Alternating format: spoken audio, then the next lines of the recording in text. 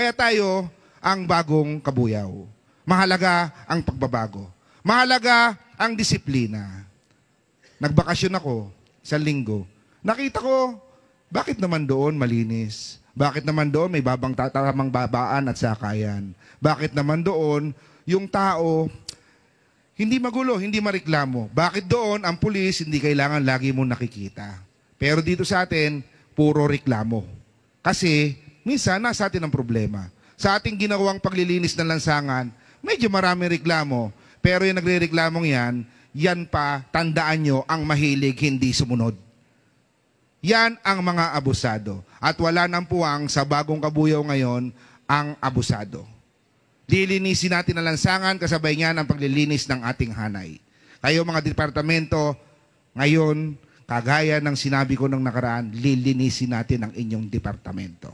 Ang hindi napasok, tanggalin na natin yan. Hindi naman napasok eh. Pag laging absent, bawasan na natin. Sayang din ang pera ng gobyerno dyan. Ibigay na lang natin sa magandang programa. Kung walang hiya ang mga yan, hayaan nyo na sila. Hindi natin kailangan ang walang hiya dito. Kailangan natin dito matino dahil malinaw ang ating direksyon.